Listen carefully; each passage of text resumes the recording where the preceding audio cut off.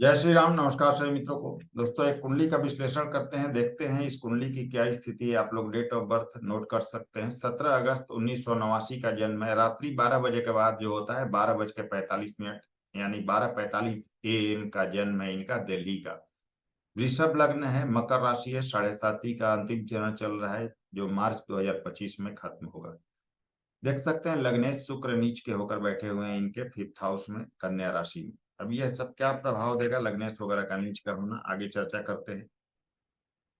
आगे बात करें, इसमें हमने लग्न कुंडली, नवमांश कुंडली, भाव चलित कुंडली और D10 दशमांश कुंडली कैरियर के लिए रखा है। नवमांश कुंडली ग्रहों के बल तथा अन्य अवस्था को देखने के लिए, भाव चलित कुंडली ग्रह एक्चुअली कहाँ का फल दे रहे हैं उसके लिए रखा है, और दशमांश कुंडली को कैरियर के लिए रखा है।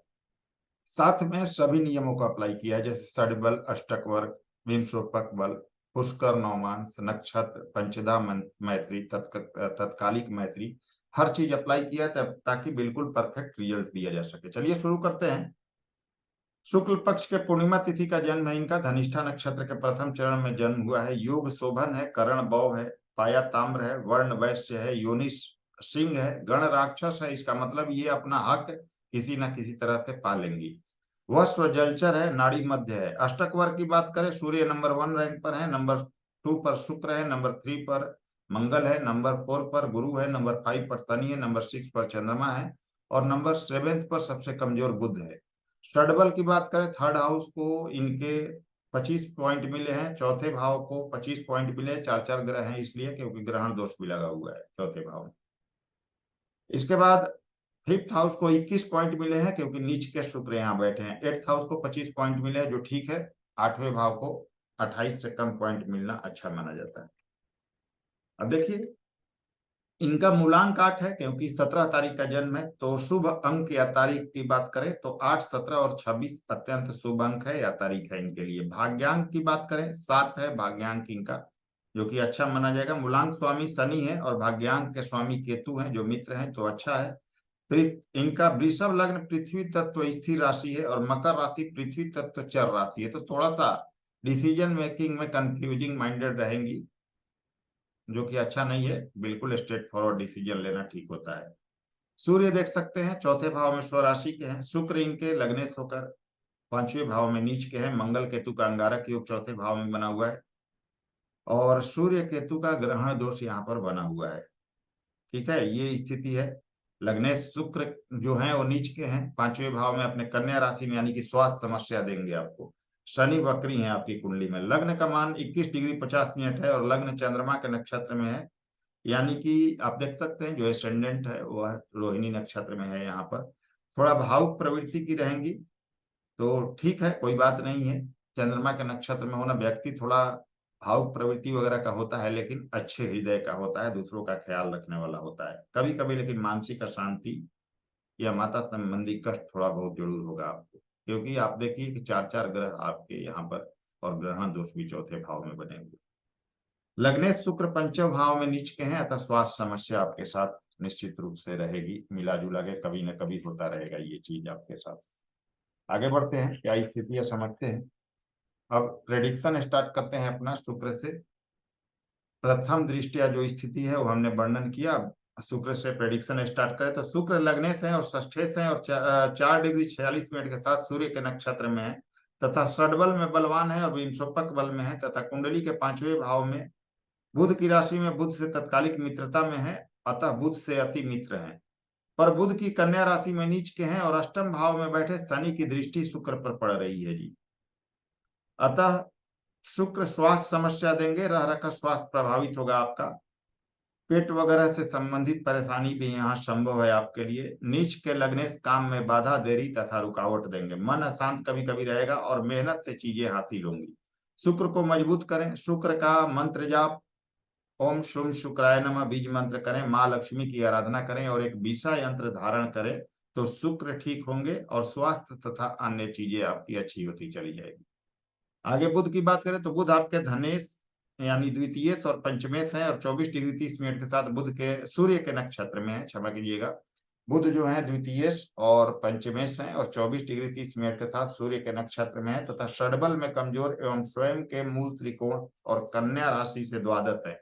देख सकते हैं कन्या राशि से 12वें होकर बैठे हैं कुंडली के चौथे भाव में, और कुंडली के चौथे भाव में सूर्य की राशि में सूर्य से तत्कालिक शत्रुता में है तथा सूर्य मंगल केतु से युति एवं चंद्रमा जो राहु से दृष्ट है। ध्यान दीजिएगा, जो बुध है वह मंगल केतु और सूर्य तीनों से युति में है और राहु से दृष्ट है, इनकी दृष्टि पड़ रही है। तो इसका मतलब यह है सूर्य से अस्त नहीं होंगे क्योंकि सूर्य 0 डिग्री के हैं और आपके बुध जो हैं वह 24 डिग्री का, तो बहुत ज्यादा डिग्री डिफरेंस है, तो अस्त नहीं होंगे यहाँ पर। ठीक है जी, तो ये स्थिति यहाँ पर दिख रही है।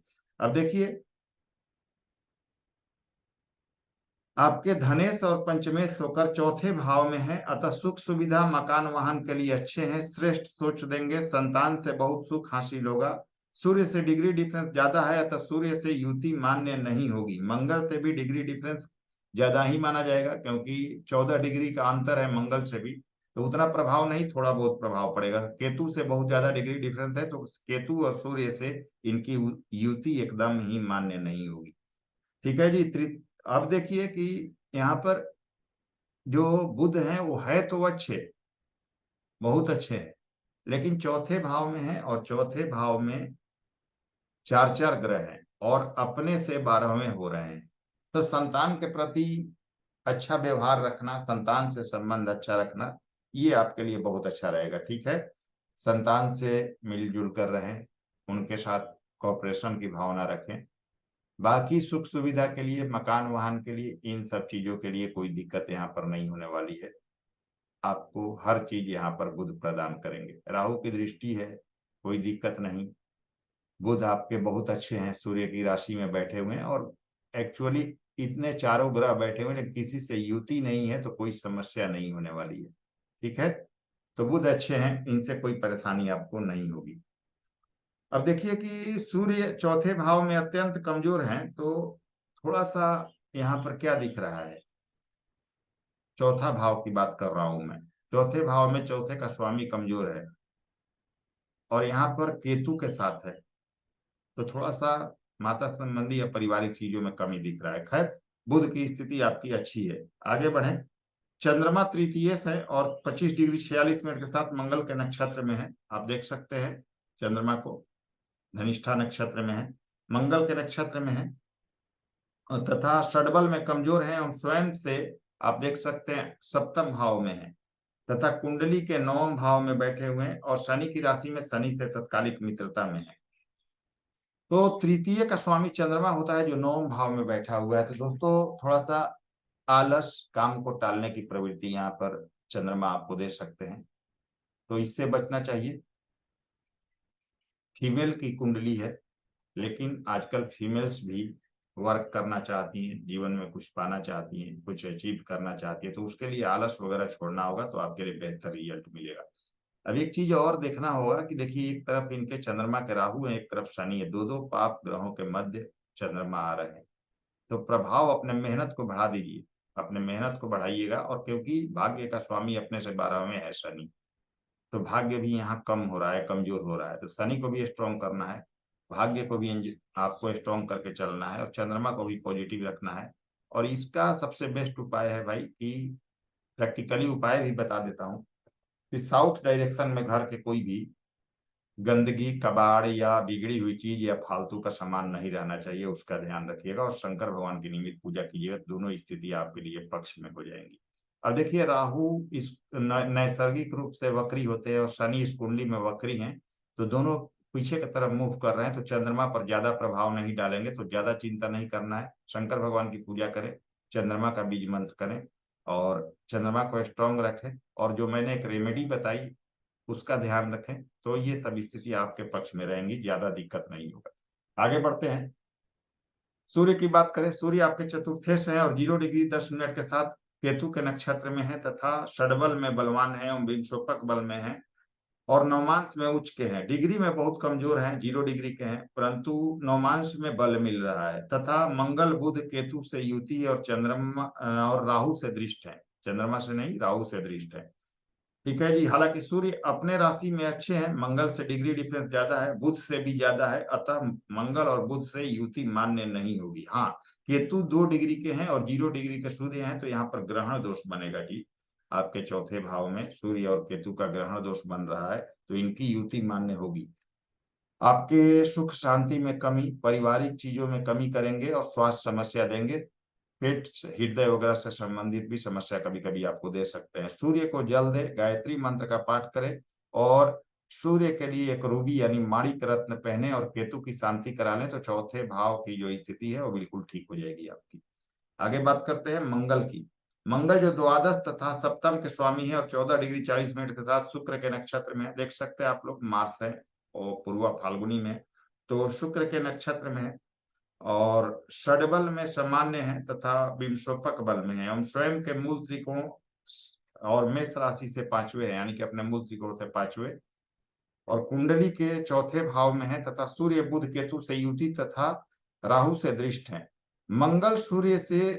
मंगल जो है वो सूर्य से दूर है, इसलिए अस्त का प्रभाव नहीं होगा, क्योंकि सूर्य 0 डिग्री के हैं और मंगल जो है 14 डिग्री के, तो अस्त का प्रभाव नहीं होगा। हालांकि शास्त्रों के अनुसार होगा, लेकिन 14 डिग्री को दूर माना जाता है और 14 डिग्री जब डिफरेंस हो जाए तो अस्त ग्रह को नहीं मानना चाहिए। तो राहु जो मंगल है वो अपना प्रभाव देने में पूरी तरह से सक्षम है। धनेश बुध से मंगल की युति है, तो विदेश से संबंधित लाभ का योग है। यहाँ पर केतु से डिग्री डिफरेंस ज्यादा है, परंतु गुस्सा कभी कभी जरूर आप में रहेगा, इसका ध्यान रखिएगा। स्वास्थ्य का ध्यान रखें और पेट तथा हृदय से संबंधित कोई समस्या ना हो, इसका ध्यान रखें। और वैवाहिक जीवन के लिए स्थिति खराब नहीं है, क्योंकि अपने राशि और सप्तम भाव को देख रहे हैं।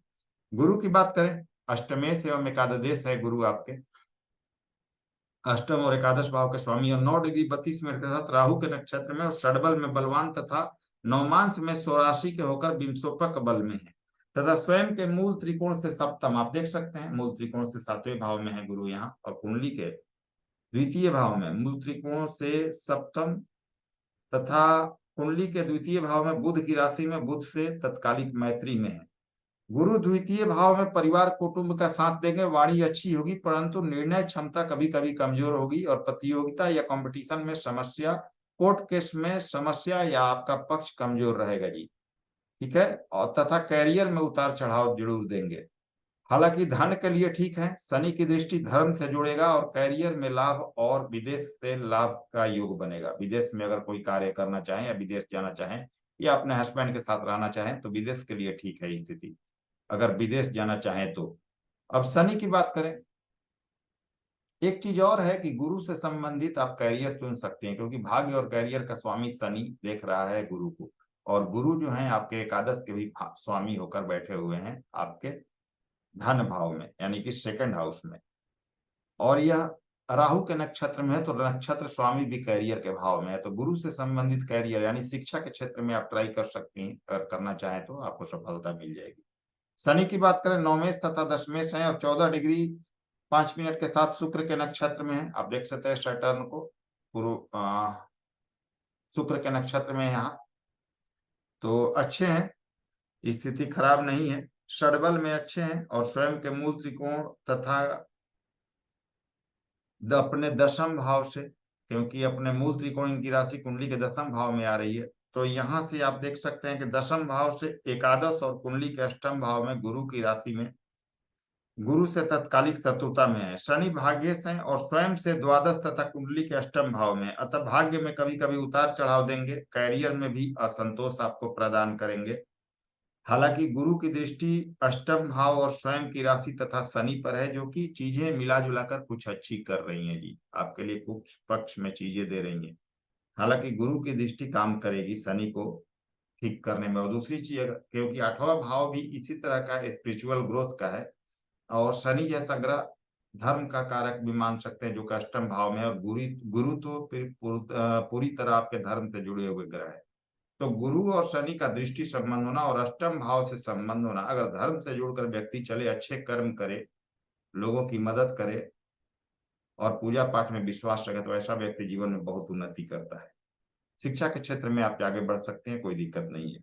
ऐसे लोग हालांकि ज्योतिष वगैरह में भी बहुत उच्च स्तर पर देखे जाते हैं।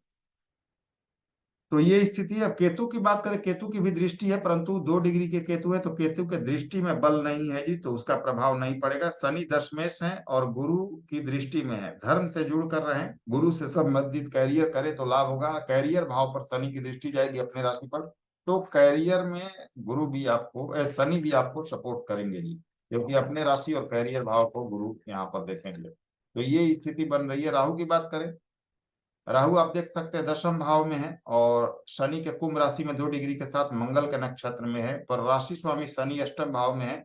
अतः राहु से कोई बहुत बड़ा फल की उम्मीद करना बेकार है।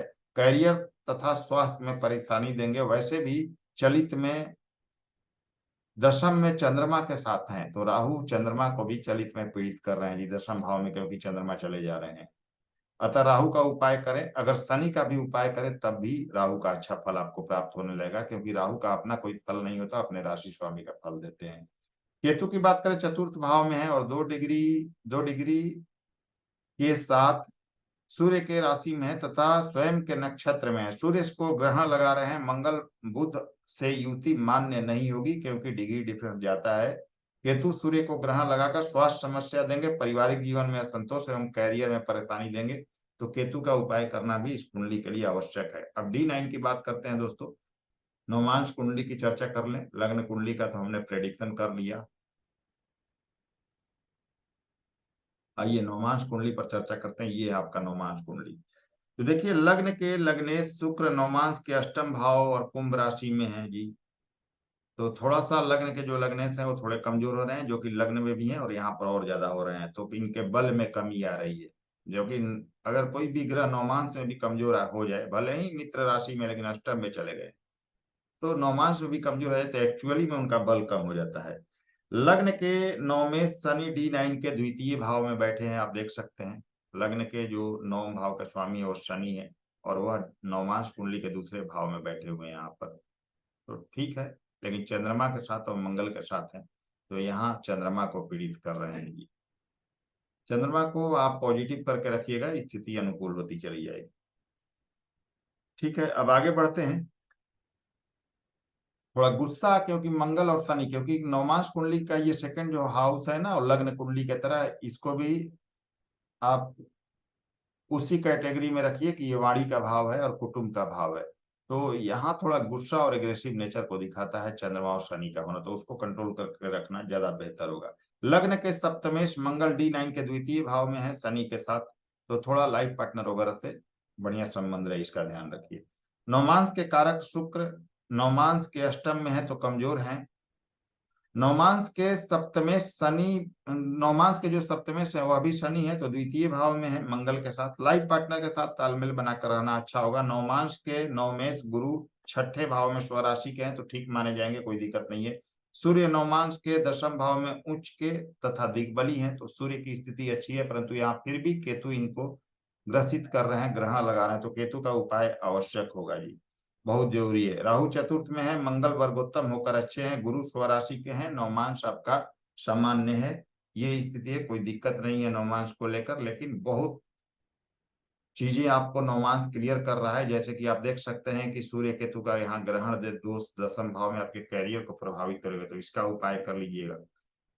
विश्व योग बन रहा है, तो शंकर भगवान का एकदम नियमित रूप से पूजा कीजिएगा और शुक्र को स्ट्रॉन्ग कीजिएगा, तो चीजें आपके पक्ष में आएंगी। जो आपके लग्न कुंडली में चीजें दिख रही थी उसको ज्यादा क्लियर कर रहा है आपका नवमांश कुंडली, वो ज्यादा परफेक्ट होता चला जा रहा है, तो उसको ध्यान रख के चलना है जी। आगे बढ़ते हैं और चीजों को देखते हैं।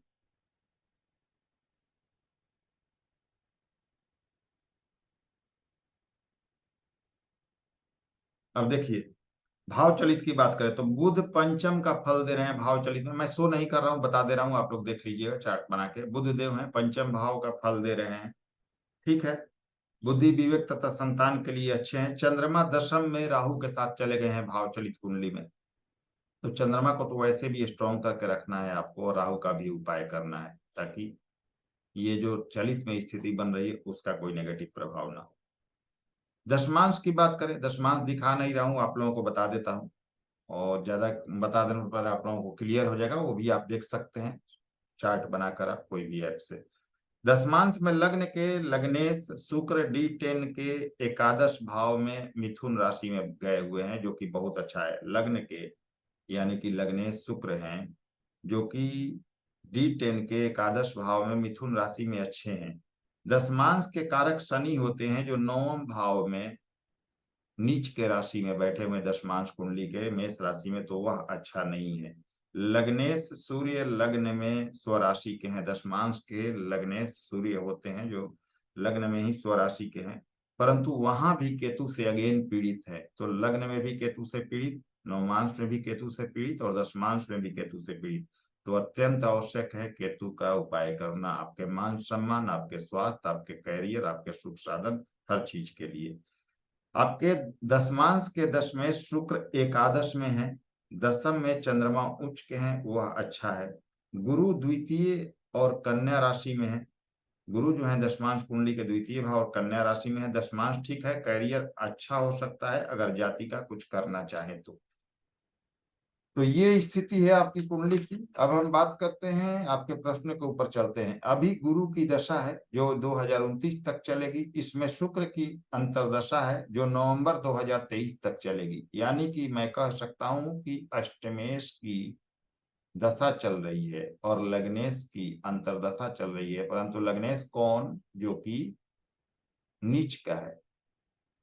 और ध्यान दीजिएगा दोस्तों, चाहे लग्नेश हो चाहे त्रिकोण की स्वामी हो, अगर उसकी एक राशि त्रिक भाव में आ रही है, मान लीजिए किसी ऐसे ग्रह की दशा चल रही है जिसकी एक राशि त्रिक भाव में है, जैसे कि गुरु की दशा चल रही है जो कि त्रिक भाव के स्वामी है, मूल त्रिकोण धनु राशि त्रिक भाव में आती है। अंतर्दशा यहाँ शुक्र की चल रही है और शुक्र भी एक त्रिक भाव रखते हैं, यानी कि छठे भाव में एक उनकी राशि आती है। तो अब यहाँ क्या होगा, तो यहाँ पर आठवां और नौवां भाव एक्टिव हो जाएगा।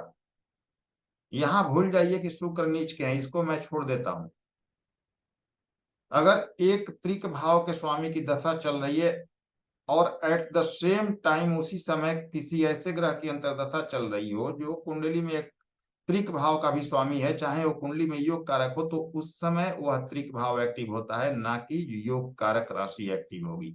अब देखिए कि गुरु की जब भी दशा चलेगी और शुक्र की अंतर्दशा चलेगी तो यहाँ पर छठे और आठवें का फल मिलेगा। यहाँ शुक्र की अंतर्दशा या गुरु की अंतर्दशा, जो शुक्र की दशा चलेगी और गुरु की अंतर्दशा चलेगी, तब भी यहाँ पर आपके छठवें आठवें का फल मिल जाएगा। एक चीज और समझ लीजिए, अब गुरु में मंगल की अंतर्दशा चले तभी ये भाव 12वां एक्टिव हो जाएगा, तो आपको आठवें और 12वें का फल मिल जाएगा। ये नियम है, ये दोनों आपके संबंधी बन गए, सहधर्मी और संबंधी का एक वीडियो मैंने देखा हुआ है, आप लोग देख सकते हैं।